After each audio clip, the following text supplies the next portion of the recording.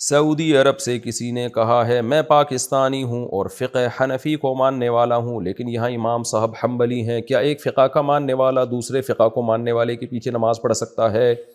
برائے مہربانی مجھے کوئی حوالہ بھی دے دیجئے کہ چاروں امام ایک دوسرے کا کس طرح احترام کرتے تھے اور ایک دوسرے کے پیچھے نمازیں پڑھتے تھے۔ بھائی یہ تو اجماعی مسئلہ ہے،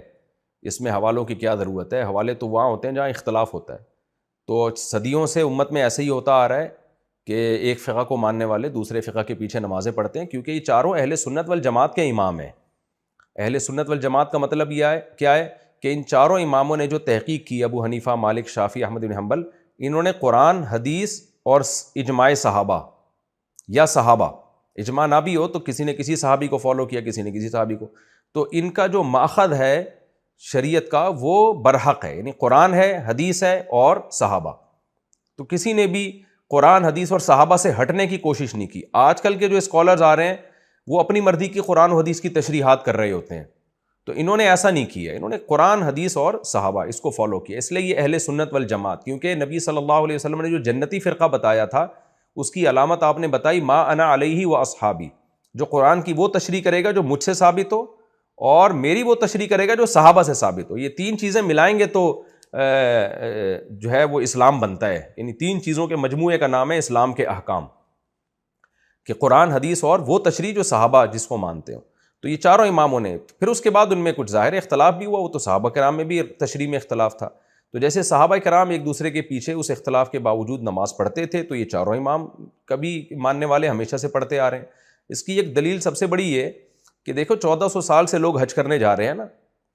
تو 1400 سال سے لوگ حج کرنے جا رہے ہیں، تو سعودی عرب میں کیا تھا؟ 600-700 سال فقہ حنفی کی حکومت رہی ہے، حنفی امام نماز پڑھاتا تھا، تو وہاں کبھی ایسا نہیں ہوا کہ حرم میں حنبلی نے کہا میں تمہارے پیچھے نماز نہیں پڑھوں گا، شافعی نے کہا میں تمہارے پیچھے، سب ایک دوسرے کے پیچھے نمازیں پڑھتے آئے ہیں۔ ہاں یہ ضرور ہوا ہے کہ چاروں اماموں کو نمائندگی دینے کے لیے کہ حرم چاروں کا ہے، 400 سال تک ایسا رہا ہے کہ جو ہے چار مصلی تھے، یعنی حنفی بھی، شافعی بھی، تاکہ لوگوں میں یہ میسج جائے کہ چاروں مذہب، چاروں فقہ یہ برحق ہیں۔ تو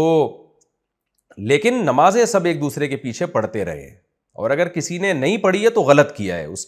دلیل اس سے مانگی جائے گی جو کہتا ہے کہ ان میں سے کسی کے پیچھے نماز جائز نہیں ہے، اس سے دلیل مانگی جائے گی۔ جو پڑھ رہا ہے اس سے دلیل تھوڑی مانگی جائے گی، کیونکہ اختلاف صحابہ میں بھی تھا، پھر بھی وہ ایک دوسرے کے پیچھے نماز پڑھتے تھے۔ تو اس لیے آپ نماز پڑھیں، وہ تو اہل سنت والجماعت میں ہیں۔ امام احمد بن حنبل تو اہل سنت والجماعت کے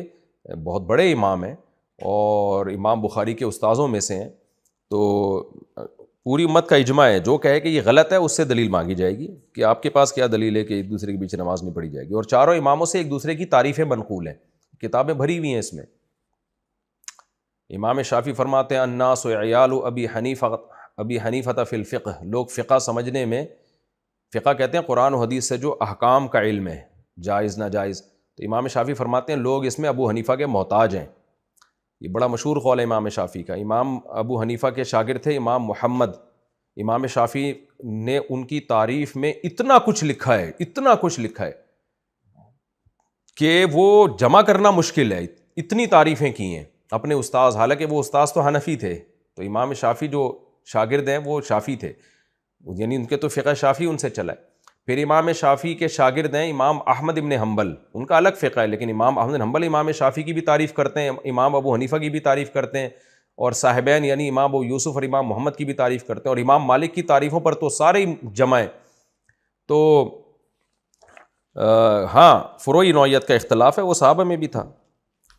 محمد رحیم پاکستان سے، ائمہ حرم بھی آپ نے سنا ہوگا تقریروں میں امام حنیفہ کا بڑے اچھے الفاظ میں تذکرہ کرتے رہتے ہیں۔ میں جب حج پہ گیا تو شیخ شریم خطبے کے دوران امام حنیفہ رحمہ اللہ تعالیٰ کا بڑے اچھے الفاظ میں تذکرہ کر رہے تھے۔ تو یہ تو صدیوں سے چلا آ رہا ہے، کیونکہ ہمارا اختلاف فروعی اختلاف ہے، اصولی اختلاف نہیں ہے، اور یہ فروعی اختلاف صحابہ کرام کے درمیان بھی موجود تھا۔